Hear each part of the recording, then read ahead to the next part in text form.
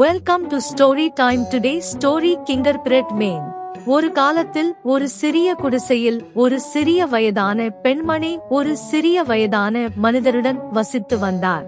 ஒரு நாள் அந்த சிறிய கிழவி ஒரு ஜிஞ்சர்பிரெட் மனிதனை செய்ய முடிவு செய்தாள். அந்த சிறிய கிழவி அடுப்பை படிக்கவும் அந்த சிறிய கிழவியிடம் சைவ உணவு பேக்கிங் செய்யவும் சொன்னாள். அந்த சிறிய வயதான பெண்மணி தனது இஞ்சி ரொட்டி மனிதனை சுடுவதற்காக அடுப்பில் கவனமாக வைத்தாள். சிறிது நேரத்தில் அடுப்பிலிருந்து ஒரு சத்தம் வந்தது.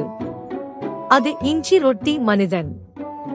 அவன் அடுப்பிலிருந்து வெளியே ஓடி நேராக முன் கதவிலிருந்து வெளியே வந்தான்.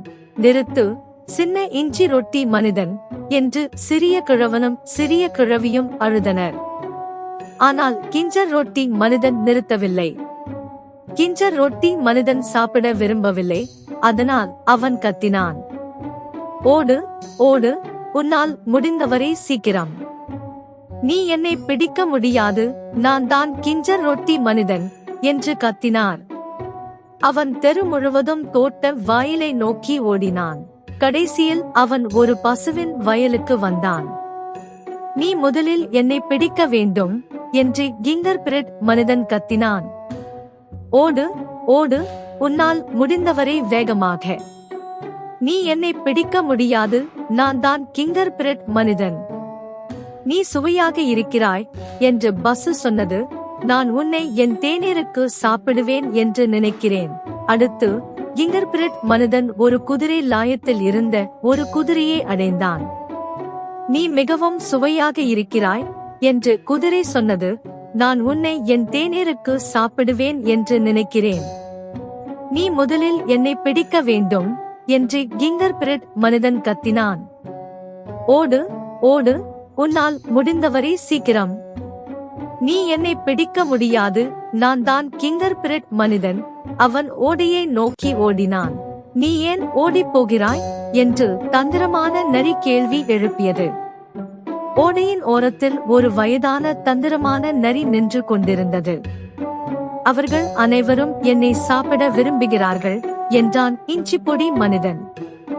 நான் ஓடையை கடக்க வேண்டும் என்று நினைக்கிறேன். நான் உனக்கு உதவ முடியும் என்று நரி சொன்னது. நான் நீந்தி கடக்கும் போது நீ என் வாலை பிடித்துக் கொள்ளலாம். கிங்கர்பிரெட் மனிதன் செய்ததும் அதுதான். நான் உன்னை சந்தித்ததில் மிகவும் மகிழ்ச்சியடைகிறேன் என்று கிங்கர்பிரெட் மனிதன் சொன்னான். என் கால்கள் நனைகின்றன என்று கிங்கர்பிரெட் மனிதன் கத்தினான்.